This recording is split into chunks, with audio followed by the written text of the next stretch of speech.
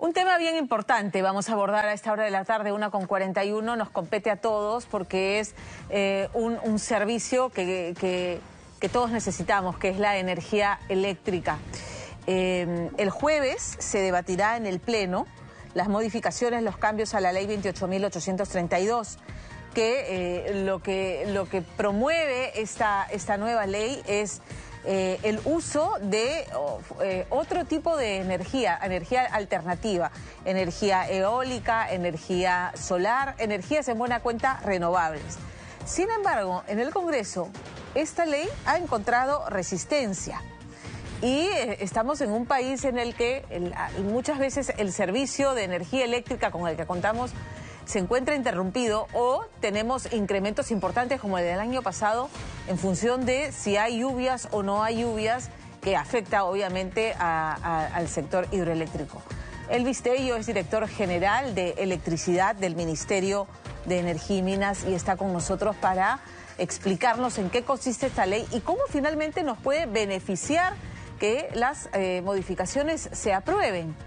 ¿Y qué podría pasar con las tarifas que pagamos si esto no ocurre? ¿Cómo está, Elvis? Buenas tardes, bienvenido. Señorita Pamela, muchas gracias por la invitación. Hacer extensivo el saludo del señor ministro a toda la audiencia que asiste a su programa. Hablemos de la propuesta, de las modificaciones. ¿Qué suponen? ¿Qué energías podrían entrar a operar en el Perú y cómo le beneficiaría al consumidor? Sí, es importante mencionar que este proyecto de ley que está actualmente en el Congreso, que nosotros llamamos el proyecto de ley 4565, ha sido aprobado en el dictamen 30. Esto ha sido aprobado el año pasado, todavía el 2023, en mayo del 2023, y desde entonces no se ha quedado paralizado. Esta ley lo que promueve es la competencia entre todos los recursos que nosotros contamos. Pueden participar gas natural, hidroeléctricas, solares, eólicas. Es una apertura para que todas compitan. Y lo que esperamos es que en el segmento de generación esa competencia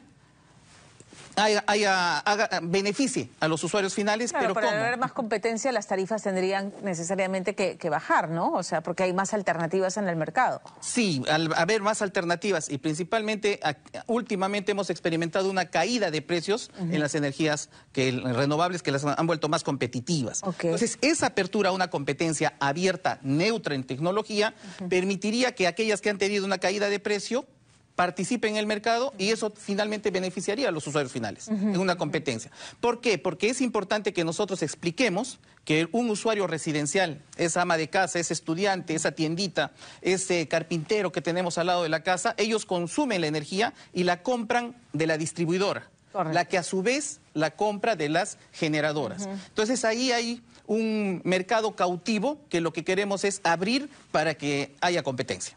Ok, y la resistencia de abordarlo en el Congreso abriendo el mercado a la libre competencia, ¿a qué la atribuimos? Bueno, la atribuimos a que, como en cualquier visión empresarial, existen algunos sectores, ¿no?, que tienen cierto temor a la competencia y están generando cierta desinformación, con la que nosotros no estamos satisfechos y es necesario siempre aclararlo, ¿no? Explicarlo. Entonces, ¿cuáles son los argumentos que están utilizando para digamos, desvirtuar las bondades de estas modificaciones? Primero le están llamando que son la ley de las energías renovables. No es así. Esta es la ley 28832 que lo que busca es generación eficiente, generación barata. Dentro de esto están el gas natural, las hidroeléctricas y las renovables prácticamente. Claro. Entonces, ¿qué va a pasar si es que esta ley no se aprueba? Si es que este proyecto de ley no se aprueba, y no lo digo yo, ya hemos hecho una estimación, ya se ha visto, el incremento de la tarifa es en alza. Si esta ley no se aprueba, se incrementa la tarifa. Pero si esta ley se aprueba, por lo menos en la parte de generación, va a disminuir. Claro. Entonces, esto es lo que genera, y esta es una fuente de Ocinermin. Es Ocinermin el que vela por la tarifa de los usuarios regulados, ¿no? Y la tarifa eléctrica año a año se incrementa. El año pasado hubo una importante. Estamos necesariamente dependiendo del tema de las lluvias y del funcionamiento de las hidroeléctricas. ¿Y va directamente relacionado al incremento de la tarifa? Sí, eso. ¿La dependencia de ese tema? Ese es otro punto, ¿no? Ese es otro punto que ahorita sí me gustaría explicarlo, pero principalmente yo quisiera mostrarle que nosotros en Perú pagamos la tercera tarifa residencial, o sea, cuando hablamos de los usuarios regulados, más cara de Sudamérica. La tercera más cara todavía que Chile. Así veo, ¿no? Y que Bolivia, y que Brasil, y que Ecuador. O sea, claro, pero a pesar de que, un poco lo comparamos con Chile, porque a pesar que nosotros tenemos el gas de camisea, pagamos más caro que ellos importan. Y ellos tienen una matriz basada en diésel, principalmente en combustibles fósiles. ¿Y eso a qué se debe? Eso se debe a que nosotros, de alguna manera, estamos con un mercado regulado que no refleja lo que debería ser la caída de precios que sí se puede tener. Entonces, fíjese, aquí nosotros tenemos cómo pagan los usuarios residenciales y cómo pagan los clientes libres, cementeras, por ejemplo. ¿Por qué? Porque ellos pueden negociar directamente un contrato con empresas tipo generadoras de energías renovables, ¿no? Entonces ellos pueden negociar esos precios, o también pueden negociar con algunas hidroeléctricas, pero tienen ese poder de negociación, mientras que los regulados dependen... Claro, el peruano de a pie le llega su recibo y tiene que pagarlo. Correcto. Punto. Y si le aumentan la tarifa, no hay nada que pueda hacer porque eso ya está regulado. Sí, ese es el tema, que ellos de alguna manera se tienen unos contratos con, y es un muro, una barrera que existe actualmente normativa, en la que ha sido creada el año 2006, por decirlo así, fíjese, ha sido creada más en hidroeléctricas y en gas natural, o termoeléctricas, que de alguna manera exige algo que nosotros llamamos potencia firme, ¿no? Y eso es lo que se quiere liberalizar al crear un mercado de energía y un mercado de potencia por separado y que se liciten en lo que se llama bloques horarios. Esto ya existe en otros países, ¿no? A ver, de aprobarse esta norma, ¿en cuánto tiempo veríamos, o sea, el consumidor podría tener la oportunidad de elegir y que se vea reflejado en su recibo una disminución en la tarifa que paga? Estimamos que tiene que ser en 3 años. 3 años. Sí, pero la decisión tiene que tomarse ahora, ¿no? Porque si no, esta barrera que existe a la competencia lo único que está generando es retraso de una norma, y peor todavía, que nosotros hemos visto en Ecuador la restricción de lo que es el uso de energía eléctrica, o el racionamiento que nosotros le llamamos, en la que Ecuador, cuando se racionaba 8 horas, tenía pérdidas de $20 millones diarias. ¿Qué significa esto? Lo que usted dijo al inicio, sin electricidad un país no funciona, sin electricidad no hay desarrollo. Y eso no va solamente de la parte económica, ¿no? Cuando hablamos y pensamos en los comercios, en las industrias, sino también va en la parte social. Un estudiante sin electricidad no tiene acceso al internet, porque la electricidad es un insumo para el uso del internet. No tiene la posibilidad de estudiar en horas en que no tiene electricidad, por ejemplo. Entonces, afecta bastante a un país. Eso le ha pasado a Ecuador. Negocios, comercios, todo. La marcha del país está directamente vinculada al uso de energía eléctrica.